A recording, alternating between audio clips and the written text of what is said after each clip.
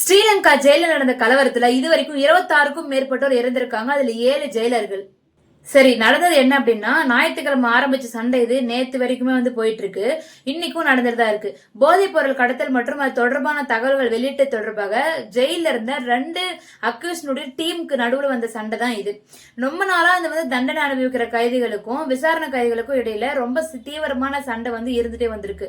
ஆனா சிறைக்குள்ள இருந்த ஆயுதங்கள் சில கைதிகளுடைய கைக்கு போனதுனால அதிகாரிகள் அதை கட்டுப்படுத்த முயற்றும் போது வன்முறை ரொம்ப அதிகமா வெடிச்சிருக்கு. இந்த துயர சம்பவத்துல ஜெயில் அதிகாரிகள் அப்புறம் கைதிகள்னு மொத்தம் 26 பேர் இது வரைக்கும் உயிரிழந்தது அதிகாரப்பூர்வமான தகவல் நமக்கு சொல்லுது.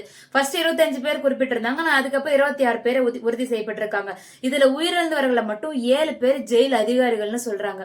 100க்கும் மேற்பட்டோர் காயமடைஞ்சு நீர்கொழும்பு பொது மருத்துவமனையில தீவிர சிகிச்சைக்கு அனுப்பியிருக்காங்க.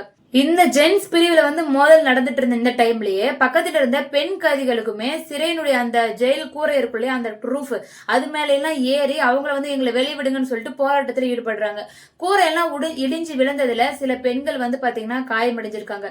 சிறைச்சாலையில மற்றும் அதனை சுத்தி இருக்கிற பகுதிகளில் ராணுவத்தினர் அப்புறம் விசேட அதிரடி படையினர் மற்றும் போலீசார் எல்லாமே குவிக்கப்பட்டு பாதுகாப்பு பலப்படுத்தியிருக்காங்க. இந்த சம்பவம் பாத்தீங்கன்னா விசாரணை நடந்ததுல ஓய்வு பெற்ற உயர் நீதிபதி தலைமையிலான 3 பேர் கொண்ட குழு இலங்கை அரசு நியமிச்சிருக்காங்க. சிறைச்சாலையினுடைய தற்பொழுது பாத்தீங்கன்னா கொள்ளளவு 41,250 இருக்கிற நிலையில 4 மடங்கு அதிகமான கைதிகள் அங்க அடைக்கப்பட்டிருந்தாங்க. இந்த மாதிரி ஒரு சம்பவம் இலங்கை சிறைச்சாலையினுடைய வரலாற்றையே இப்பதான் ரொம்ப மோசமான கலவரமா சொல்றாங்க.